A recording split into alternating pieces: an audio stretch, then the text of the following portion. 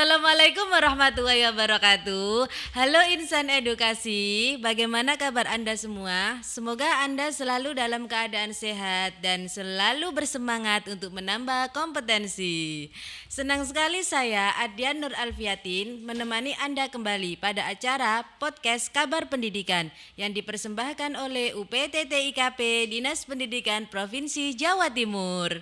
Pada episode kali ini kita akan membahas tentang sukses menjadi juara di GCC tahun 2023.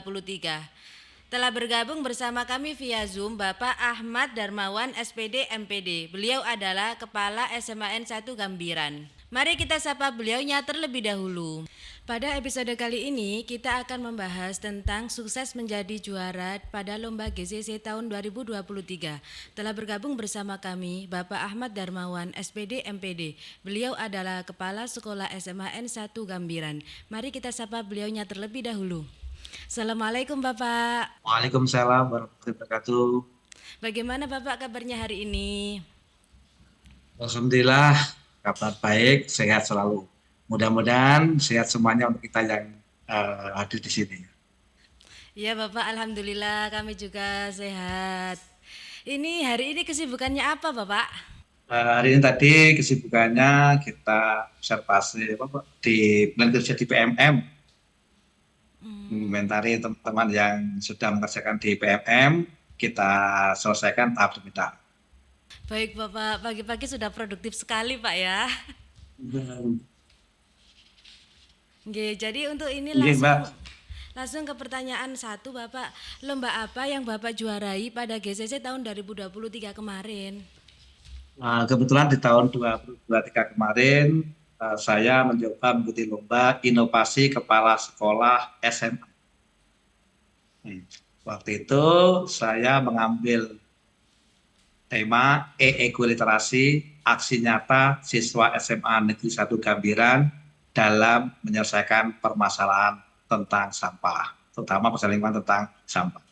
Kita tahu bahwa permasalahan tentang sampah, permasalahan lingkungan terutama tentang sampah, itu sampai detik ini masih menjadi topik pembicaraan yang hangat dan permasalahan yang masih perlu kita selesaikan.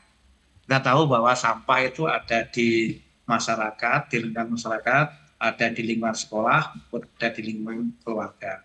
Sehingga dengan itu kami berusaha untuk memberikan suatu inovasi di mana anak-anak setelah melakukan inovasi ini, siswa kami mampu memiliki budaya baik tentang lingkungan. Sehingga anak-anak punya budaya yang bagaimana menjaga lingkungan, kemudian ditunjukkan dengan aksi nyata untuk mengatasi permasalahan lingkungan. Untuk itu saya membuat suatu aplikasi dengan tim, yaitu namanya e-ekoliterasi. E-ekoliterasi. Nah, aplikasi ini nanti endingnya yaitu anak-anak bisa membuat suatu produk untuk mengatasi suatu permasalahan terutama tentang sampah. Oh baik sekali. Untuk e-ekoliterasi itu mungkin ada kepanjangannya apa hanya sebutan saja Bapak? Ekoliterasi itu elektrik, ekonya itu ekologi. Ya. Ekologi. Sehingga literasi, sehingga nanti literasi ini khusus tentang ekologi. Jadi literasi khusus tentang ekologi. Sehingga kita kasih nama e-ekoliterasi. Jadi literasinya khusus tentang ekologi, tentang lingkungan. Jadi itu seperti apa Bapak? Kok sampah kemudian dihubungkan dengan aplikasi? Itu apakah kita setelah membuang sampah terus kita input di aplikasi apa seperti apa Bapak? Bisa dijelaskan sedikit?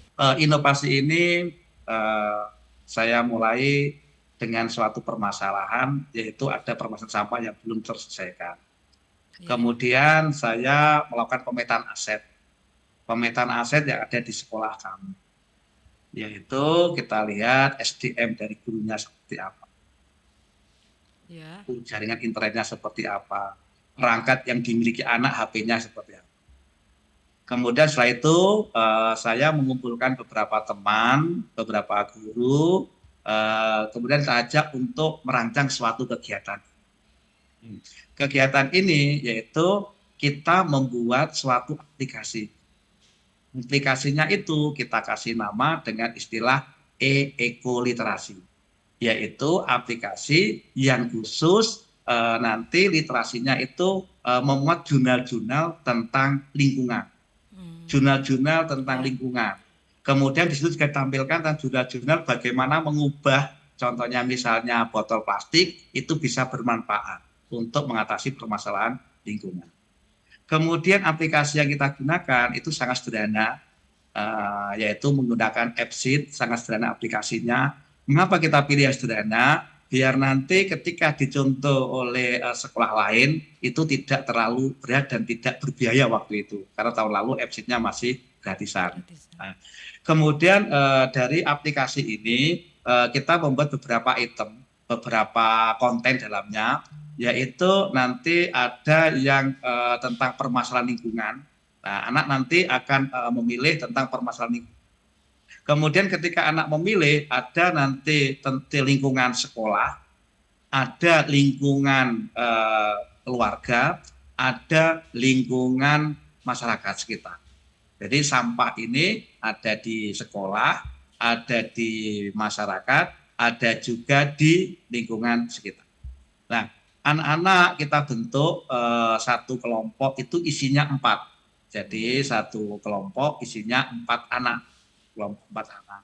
Kemudian kita integrasikan pada mapel tertentu, misalnya mapel biologi karena ada kaitan dengan lingkungan, mapel kimia juga ada kaitan dengan lingkungan, kemudian mapel bahasa ada kaitan dengan nanti untuk penulisan.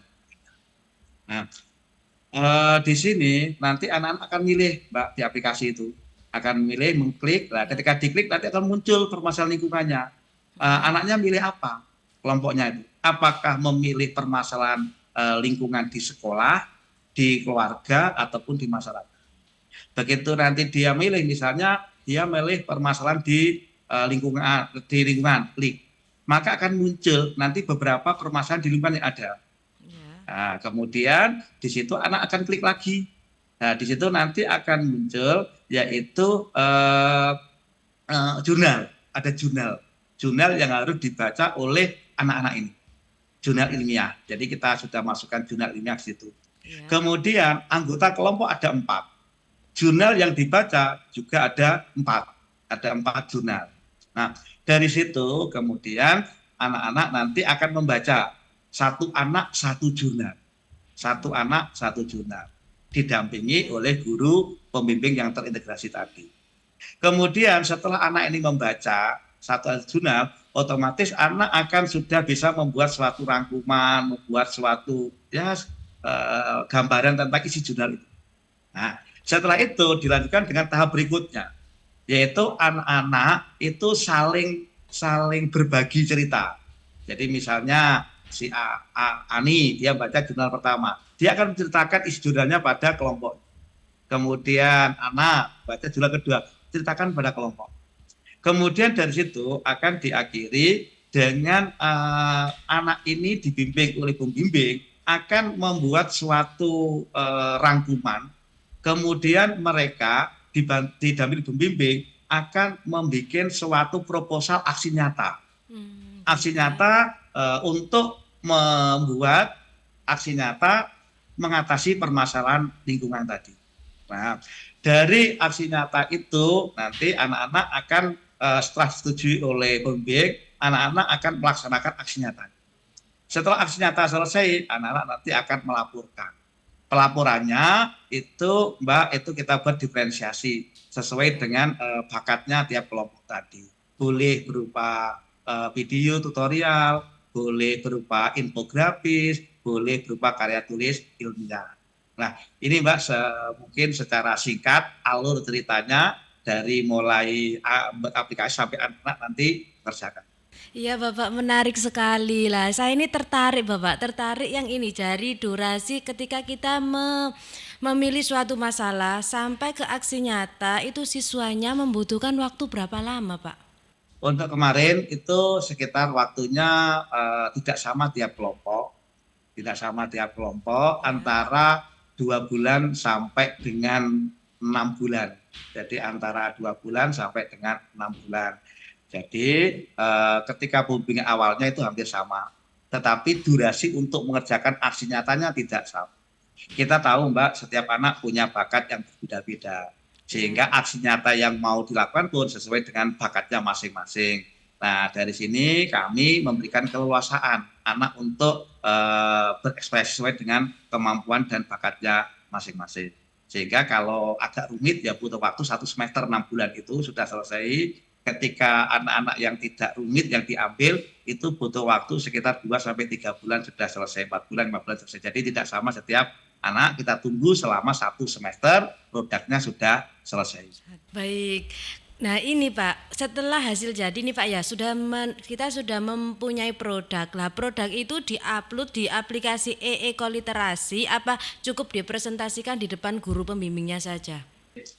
Setelah jadi aksiatannya, anak-anak itu akan mempresentasikan di depan guru bimbingnya.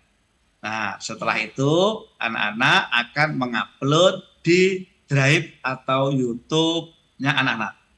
Nah, setelah diupload setelah dipresentasikan di depan Aplikasi, pembimbingnya ya. dan pembimbingnya sudah menyetujui, kemudian anak-anak akan menguploadnya di Drive atau YouTube-nya anak-anak. Jadi anak-anak macam-macam tipenya, ada yang langsung pede ngupload di YouTube, ya kita bolehkan. Ya. Ada anak yang agak pemalu kelompoknya, kemudian naruh di Drive juga bisa. Nah, dari situ nanti link Drive-nya itu akan dimasukkan, dilaporkan di aplikasi e-ekuliterasi. Nah, setelah aplikasi semua terkumpul, kemudian dari pihak kami akan menyeleksi, akan melihat nanti untuk anak-anak yang dengan tingkat kesulitan terbesar, hasil maksimal, itu kita beri reward penghargaan. Biasanya semacam itu. Luar biasa Bapak. Terus ini saya nanya lagi Pak, karena saya tertarik dengan Iya, produknya monggo ini. Pak. Ya. Ini Pak lah, ini kan sudah nih misalnya ini itu produknya atau programnya ini dilakukan pada semester berapa Pak? Kita kemarin di sekolahan kami itu anak-anak yang kelas 10 11 itu sudah kurikulum merdeka. Ya. Sementara anak kelas 12 belum mengikuti kurikulum merdeka. Di kurikulum merdeka ada proyek namanya P5. Nah, karena anak Ya. yang kelas 12 itu belum mendapatkan P5, nah program ini Mbak kita berikan pada saat anak di kelas 12 yang kurikulumnya masih K13 waktu tahun lalu. Jadi waktu tahun lalu siswa kami itu yang kelas 12 masih menerapkan kurikulum K13. Di situ belum ada kurikulum merdeka sehingga belum ada proyek P5-nya. Ya. Nah, kita berikan ini mirip dengan proyek P5, kita berikan di kelas 12 yaitu semester 1, semester 5 Pak ya. Kita mulai bulan Juli, kita Ya. akhiri di bulan Desember. Juli. Kemudian Ya. untuk yang sekarang program ini kita masukkan di P5 karena anak-anak sudah kurikulum merdeka. Untuk di aplikasi ini membantu untuk kesuksesan P5 pada tema gaya hidup berkelanjutan. Jadi aplikasi untuk kita pakai tetapi beda. Kalau kemarin K13 kita murni pakai seperti yang saya tulis ini, kemudian untuk yang sekarang kita masukkan di P5 yaitu di gaya hidup berkelanjutan. Jadi kita sesuaikan dengan kurikulumnya. Kalau kurikulum merdeka kita masukkan di P5 P5. aplikasinya gaya hidup berkelanjutan. Kemudian Ya. kalau yang K13 kita masukkan di semester 5. Semester 5 di bulan Juli sampai dengan bulan Desember. Desember. Itu Mbak penerapannya. Baik, setelah melakukan itu Pak, ada kendala apa Pak? Dalam persiapan lomba nih Pak, pada saat mengikuti GCC, kendala apa yang paling berat yang dialami atau dirasakan Bapak? Karena aplikasi e-ekuliterasi dan inovasi ini baru Mbak, saya browsing di internet itu Ya. saya googling belum ada sekolah lain yang melakukan seperti ini. Bahkan istilah e-ekuliterasi pun juga saya googling mungkin dari baru kami yang berusaha untuk mempopulerkan. Karena hal yang baru, sementara ketika pemetaan aset, SDM sumber daya manusia suatu lembaga kan berbeda-beda, terutama yang di lembaga kami. Terutama Bapak Ibu gurunya itu usianya bervariasi, ada yang masih muda, ada yang menjelang purna tugas. Ya. Nah, kita tahu Mbak, ketika Bapak Ibu yang sudah menjelang purna tugas, beliau waktu kuliah kan ya TI tidak semaju yang sekarang. Iya TI-nya benar. tidak semaju sekarang, sehingga kami awalnya ketika membuat program ini saya sosialisasikan pada Bapak Ibu guru, kemudian kita beri pelatihan dulu Bapak Ibu guru. Ya. Nah, meskipun sudah kita beri pelatihan dan sosialisasi, ternyata untuk Bapak Ibu guru ngapunten nggih, yang sudah mau purna, kemudian beliau beberapa yang kecakapan TI-nya masih belum maksimal, itu menjadi suatu kendala di awal. Tetapi dengan kita memberikan pendampingan, jadi Bapak Ibu guru yang merasa kesulitan, kita beri pendampingan untuk penggunaan aplikasi ini. Alhamdulillah dengan rajin memberikan pendampingan, Bapak Ibu guru yang semula itu pesimis dan mungkin beliau merasa saya nggak bisa, itu alhamdulillah akhirnya 100% Bapak Ibu guru bisa semuanya. Itu Mbak Dian, jadi kesulitan yang kita hadapi di awal-awal, yaitu karena kemampuan TIK semua guru tidak sama. Bagi Bapak guru yang terutama menjelang purna kemampuan TIK-nya agak kurang, kita berikan pendampingan ekstra kepada beliau-beliau ini dan kita yakinkan bahwa beliau pasti bisa. Itu Mbak, alhamdulillah akhirnya bisa berjalan dengan baik. Luar biasa semangatnya Bapak Guru Pak ya berarti. Kemudian ini Pak, untuk bantuan dari cabang dinas Pak. Cabang dinasnya mendukung dalam hal seperti apa itu Pak? Dalam persiapan mengikuti lomba ini. Terima kasih Mbak Dian, untuk semua pihak insya Allah mendukung. Ya. Dukungannya beda-beda. Untuk cabang dinas itu mensupport dalam hal administrasi. Karena kita ketika mau lomba kan ya butuh surat keterangan dari kepala cabang dinas dan lain-lain. Ya. Dan alhamdulillah sangat support sekali cabang dinas, sehingga kita dengan mudah ikut daftar. Itu yang pertama. Yang kedua, ada juga dukungan dari pengawas. Pengawas kita itu langsung memberikan testimoni dukungan yang di video itu. Pengawas. Kemudian dukungan dari siswa juga luar biasa. Kemudian dukungan dari Bapak Ibu guru juga insya Allah luar biasa, bahkan dukungan dari komite. Kebetulan saya sempat sosialisasi pada komite juga, memaparkan pada komite. Komitenya menyambut dan mendukung 100%. Nah, sehingga alhamdulillah kegiatan ini berjalan dengan baik. Itu Mbak beberapa dukungan dari semua pihak.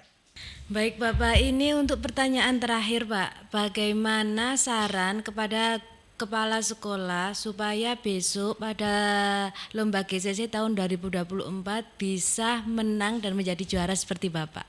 Yang pertama, untuk perlombaan insya Allah hampir tiap tahun ada perlombaan, baik dilakukan di dinas pendidikan maupun di level dinas. Ya. Untuk dinas pendidikan tahun ini ada Gembita Mbak ya. Sekarang namanya mungkin Gembita, ya, namanya sekarang Gembita, itu identik dengan GCC yang sama Gembita.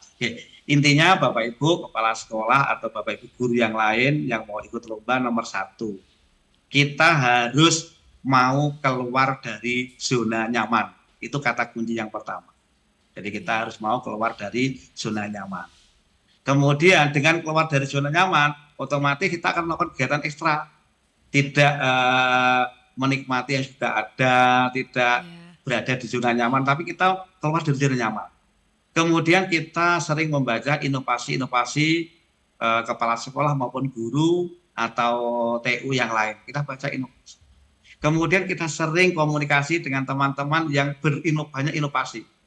Dari sering komunikasi, dari sering kita membaca karya orang lain, itu insya Allah nanti akan memberikan suatu ide baru. Suatu ide baru pada baik kepala sekolah maupun guru maupun tenaga kependidikan. Nah, ide baru inilah monggo nanti idenya ini dituangkan untuk membuat suatu program yang berdampak positif, berdampak baik pada peserta didik dengan mempertimbangkan pemetaan aset yang ada di setiap satuan pendidikan. Karena setiap satuan pendidikan itu pemetaan asetnya tidak sama. Nah, dengan itu kemudian sosialisasi melibatkan semua pihak, karena apa? Nobody is perfect, tidak ada orang yang sempurna. Kita ajak diskusi pihak-pihak terkait untuk menyempurnakan inovasi kita. Kemudian kita jalankan inovasi sesuai prosedur, kemudian kita ikutkan lomba. Di tahun ini Mbak ada lomba Gembita untuk di Dinas Pendidikan Jawa Timur, ada juga di tingkat nasional Jambore itu Mbak ya. Nah, Jambore GTK Hebat itu insya Allah bisa dikirim ke situ, mudah-mudahan menjadi juara.